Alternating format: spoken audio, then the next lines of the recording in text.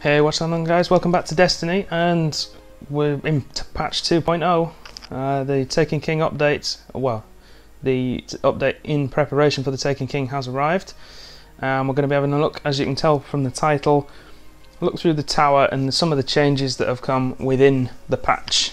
And we'll be talking about some of the others that you won't see in the tower as well. So the first major change, obviously, when you come into so you've got your normal orbit screen here. If you go to set destination, you can see that the solar map, the system map, has changed completely. Vanguard and Crucible now in top right instead of top left, into bottom right rather. Venus has stayed pretty much the same. So has Earth, Moon, and Tower, but Mars has dropped down obviously to accommodate the Crucible and the Vanguard, and then the Reef has moved from top middle to centre left, with what I can only assume to be the sun there, and I'm guessing when Trials of Osiris finishes, the lighthouse will appear in this sort of area here. And then I would also assume that this area here, given that that's where the Taken King Prelude cinematic is, this circle here, this little faint circle, is going to be where the Dreadnought will appear on Tuesday. So without further ado, we'll head off to the tower. Some of the little pieces from the patch. If you want full patch notes, either head to bungie.net or download the Destiny Companion app, and you'll be able to find all of them on there. But off the top of my head, the ones that I remember, if Bungie rather have implemented the weapons update that they spoke about a few weeks ago. So the basics of that are hand cannons have been hit hard with a nerf, so they're not going to be they're not overpowered anymore. Auto rifles are back up to a similar place to pulse rifles, or the pulse rifles are now the new top dog, if you like. I mean, they were good before, but now they've far surpassed the hand cannons with the nerf. I'm in my PvP gear here, by the way, and I'm doing a quest for Dead Orbit, which we'll talk about in a bit. So yeah, that's the gist of it. Shotguns, small nerf, nothing major. Blink, small nerf, nothing major. Scout rifles, same sort of thing. They're not bad, but still a scout rifle. Sniper rifles haven't had much done to them at all. Fusion rifles are still relatively obsolete in PvP. PvE, about the same. Some of the exotics have had specific things done to them to buff or nerf them. Make sure you check out the full patch notes again, bungie.net or the Destiny Companion app, to find out specifics. And again, with specifics that you can check out at one of those two locations are certain changes to class abilities. So I think one is the charge rate of grenades and melee abilities from Sunsinger, I think is one, and that charge rate has been decreased, I think, so it's going to be slower to collect more grenades with Sunsinger. But make sure you head over to the bungie.net or download the Destiny Companion app, like I've told you, to get 100% confirmation on all those things. So here we are in the tower. First appearances, nothing really new. I mean, the graphics have obviously been updated a little bit. Certain characters have had a revamp, which we'll look at in a minute. First of all, we'll go to the Cryptarch. So I've got some bits and pieces to hand in here. Well, no, I've got one engram to do. The reason there are no items available is because he will be selling year 2 engrams starting Tuesday, which is when the stock refresh happens, and they will be, I think he is going to sell legendary engrams now, so he's actually going to be worth buying, which is good to know. I don't know what level they will come out at, but we can always infuse them or use them as infusion fodder should we need it. Postmaster is obviously the same. What else is there? Bounties. Now bounties have had a big change. The standard of bounty, so there you can see there, take down the Guardian who last defeated you. And then these two, which I need to finish, 10 Vex Mages, 10 Hive Mages are the same. But the bounties themselves, you have to trust me on this one, have changed, and they are now much more inclusive, if that makes sense. So you can now plan a mission of what you want to do on Destiny. Instead of planning it around your bounties, you'll plan it around what you want to do, and the bounties will tend to fit into that. I mean, there are the odd ones like majors and ultras, and then there's one that's been on for the last couple of days, which is kill 50 Cabal, which obviously you might have to plan something around that, but the majority of them are very easy to do in conjunction with your everyday activities. Next, oh, actually before we move on, quest screen here. Bounties are now shown in the quest screen rather than in your inventory. The quest screen allows you to keep track of all the bounties you have, which is now up to 16 instead of 10, and all the quests you have active at any given time, that's up to 32. By pressing by pressing the X button on any bounty or quest, you can track it, and it puts that little green mark on the corner. Those are the two I want to track at the moment. And then if you come out, press the touchpad if you're on PlayStation 4, or whatever button it is to open up the ghost menu. Start buttons on other consoles, I'm guessing. You get in the bottom right hand corner there, you get your completion status. You can see that of all of those challenges. That you can change that, so you can have it off. You can either have voice channel and then change that, tracked items, and then in the Crucible you can have scorecard as well, so you can have the match scorecard which goes above tracked items. Then you can check those at a glance rather than having to open up your menu and see what's going on there. And we'll talk more about quests in a minute. So Gunsmith actually has a use now as well. He has reputation, as you can see here. I'm up to rank 1 already. But what you have to do with him is come in every Wednesday. His stock will refresh, and he will get 5 new weapons from the 3 foundries, which are Omalon. I'm gonna go with is it Hack? I'm gonna go with Hack. I'm sorry if I know there is confusion with pronouncing that between the German and the Dutch, and I'm not sure which one it is, but I'm going to go with Hack. And Suros, they're the three weapon foundries, and you have to test these weapons by completing certain tasks, as you can see there. So Omalon prototypes, using the Crucible to gather data for Omalon's weapon developers. So that's basically get 10 kills in the Crucible. This week all the challenges required you to get 10 of whatever they were asking for. So the Omalon sniper was get 10 kills in the Crucible, the Hack sniper was to get double kills in any situation. The Suros rocket launcher was again used against high ranking enemies, so that's majors and ultras, so you have to do that in PvE. And then the Hack pulse rifle was precision shots, and that one was precision kills, and that one you could do in any situation. But you can get to keep these weapons, as far as I'm aware, once you've completed the task. In a week's time, well, not in a week's time, on Tuesday, when the Taken King launches, there will be an option. Actually, I don't know whether it will be on Tuesday or whether it will be Wednesday, but once you have reached level 1, you can put in an order. It will appear here somewhere. I think it will appear between these two. Well, Reforge is going, so it will appear where Reforge is.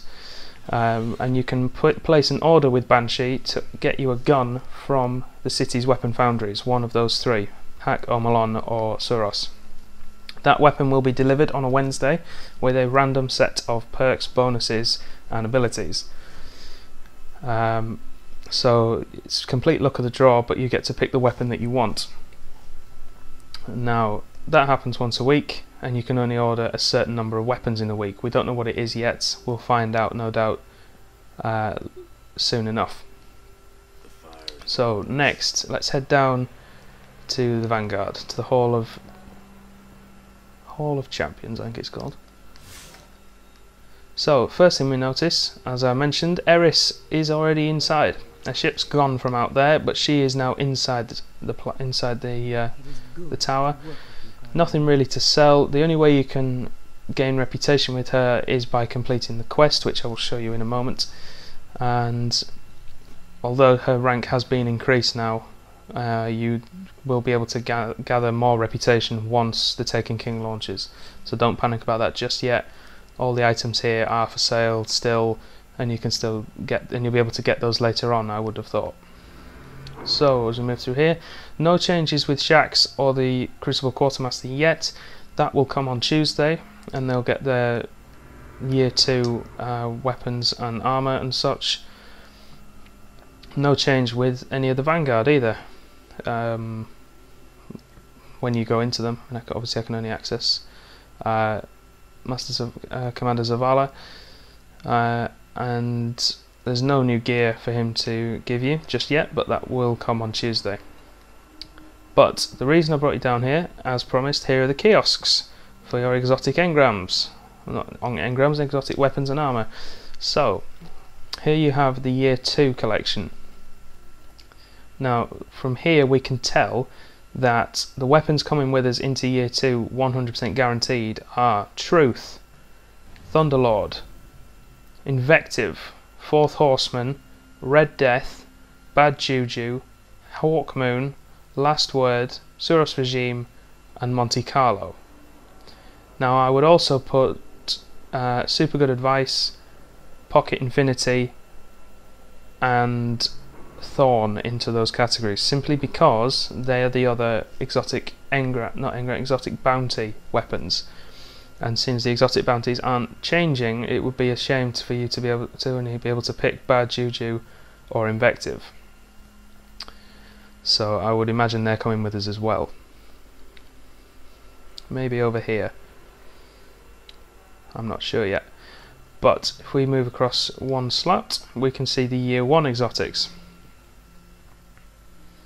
And here you can claim any of the exotics you've found in Year 1. I don't have Necrochasm, unfortunately. It's one of the ones I don't have.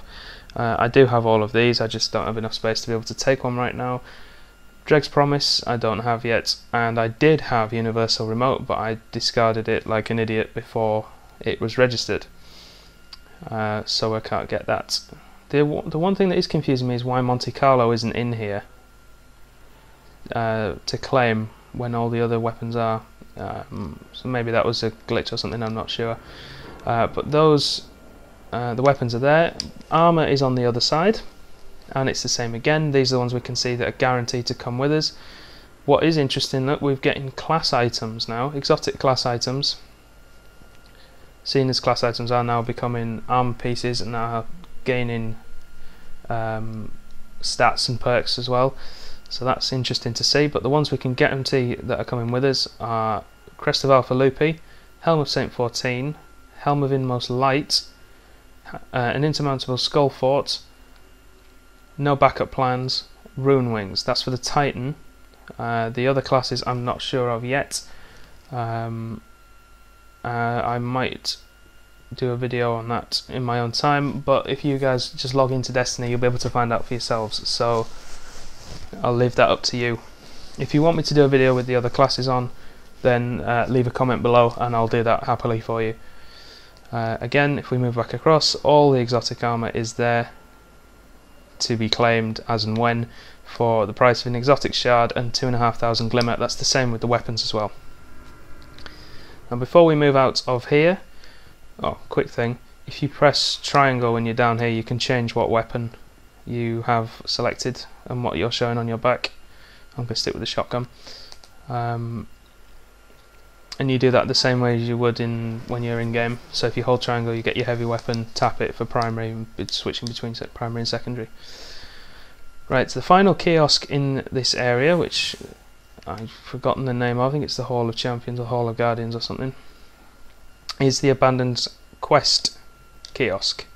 Now, from here, I don't have any available at the moment, but there is 6 quests here, which are basically the story mode for Destiny Year 1. If you have a character that isn't leveled, don't level it yet and save those quests to help you level it. You'll see why when it comes out, but you'll get your Spark of Light, which will give you the gear to access the Taken King content, but you're going to want to complete the main story as well, and to get upgrade XP for your new subclass and everything like that. These quests are probably ideal. If I'm honest, you should leave it for all your classes and then use it, but if you can't help yourself and you want to finish them, because there will be new quests coming out that will get you the XP, then by all means finish them. So let's head to the hangar next. A couple of changes over here, which is going to be good. So first of all, we've got some more kiosks over here as well, which is nice to know. So Vanguard Quartermaster's still there, no changes there as of yet. Dead Orbit's still down there, no changes with them as of yet, except for how you sign up to a faction, which you now have to commit to for a week before you can.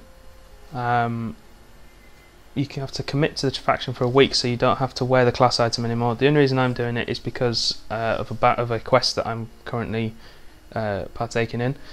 2 more kiosks here. You've got sparrows over here on the left. You can see there lots of sparrows. Collection 1 and collection 2. 2 pages of sparrows to go through. And then over here we have the ships. And wow, there is a lot of ships in here. There's all the faction ships as well. Oh, so there's 3 Dead Orbit ships.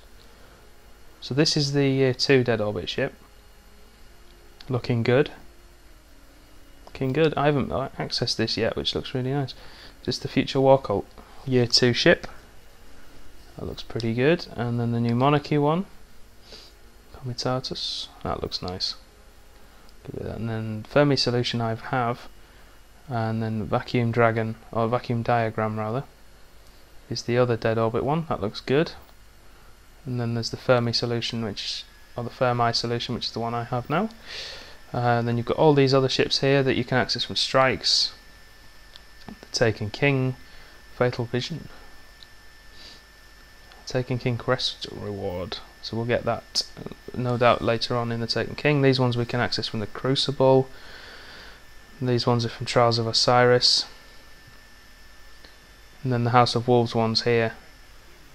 These 4 you access by buying them from Varix, and these 2, well, Hildian Seeker you get from killing Skolas, and Ceres Gallio you get from buying it from Petra. So collection 2, again more ships, all these vendor ships, treasure ships as well. I've got all of them apart from Aurora Lance, which you have to get from a chest rather than getting from bounties when you hand them in. Outrageous Fortune, PlayStation exclusive there. I had that for years until, well, not years, I had that for months until I got the Dead Orbit ship. What's this one? It's the King's Fall ship. Oh, look at that. Oh, that's nice. I'm going to need a raid group now. God damn it. Then we've got collection 3, which is the promotional ones, which is your original. Tried and trusted. Okay, so that's the ship kiosks. Next on the list, we're going to head down deeper into the hangar, right down here where no one really goes. We've got another kiosk here. This is for your emotes. Now, I don't understand why emotes have become a separate thing. The only one I've got is point. I don't know how you get more. If you know, leave a comment and tell me, because I'd be really interested to see how that works. Other than that, there is my favourite change in the tower, which is right here. Play music. So we'll play some of that.